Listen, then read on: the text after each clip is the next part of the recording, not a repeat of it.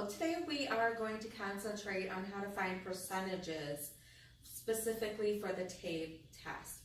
Now there are two different ways we can solve these problems. Today we're going to focus on what we're going to call as A.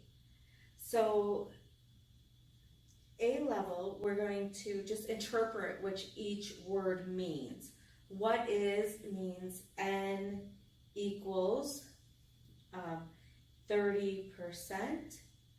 Of means multiplying, and then we have our $7. So you just interpret what the words mean. And then you have the equation. The one thing about this specific way to solve for the percentages is you need to change that percent to a decimal, always, in this version. So your actual problem is going to say N equals, and then change percent to decimal. You move the decimal 2 places to the left.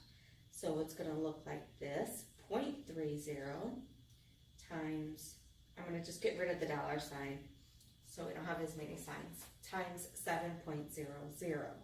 So now we have our equation. We just do the multiplication, 7 times 0.30.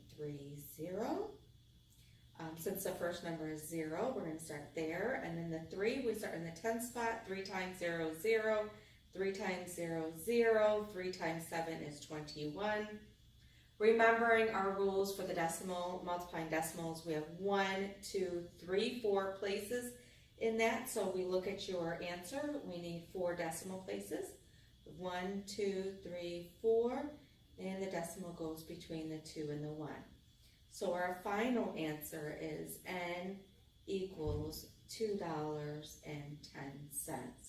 We don't necessarily need the rest of the zeros because we know we're talking about money and it stops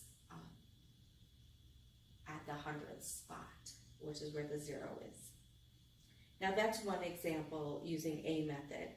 The other example is right here with the 4% of 100. Again, we're going to interpret this. Right away, let's change this percent to a decimal.